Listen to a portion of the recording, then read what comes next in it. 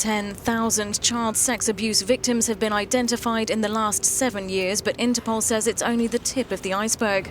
The organisation runs a database which enables police around the world to locate victims using images uploaded online.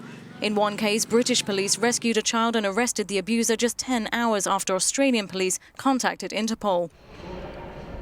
I spoke to the man who heads its Vulnerable Communities Unit, Mick Moran, about the challenges of policing online child sex abuse.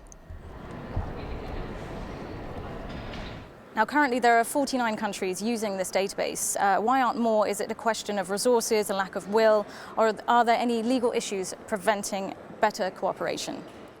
One of the key things that is missing in this area is the political support. So you ask any politician at a very high level, what are you doing about child sexual abuse, or what are you doing about online child abuse? They will say straight away, they will say, well, we're doing this, we're doing this, we're doing this. Well, there's no reason we can't get involved in this effort.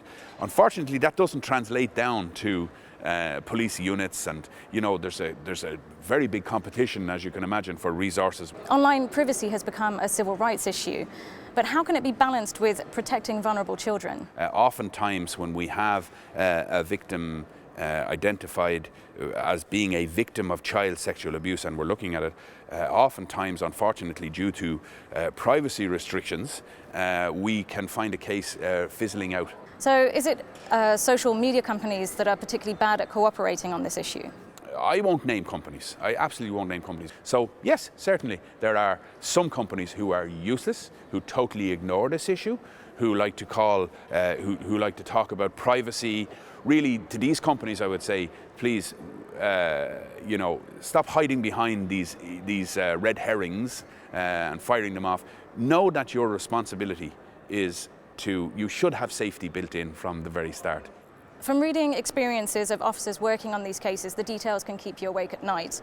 What is it that drives you to keep doing your job?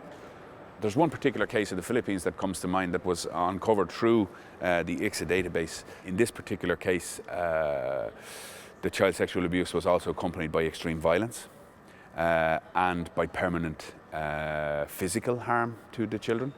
And so if you can imagine the videos, listening to them, especially the soundtracks that goes with those videos, the screaming children, it makes this particular job very, very hard to do at times, especially the feeling of helplessness. And it's that helplessness that drives the passion of the investigators working in this area.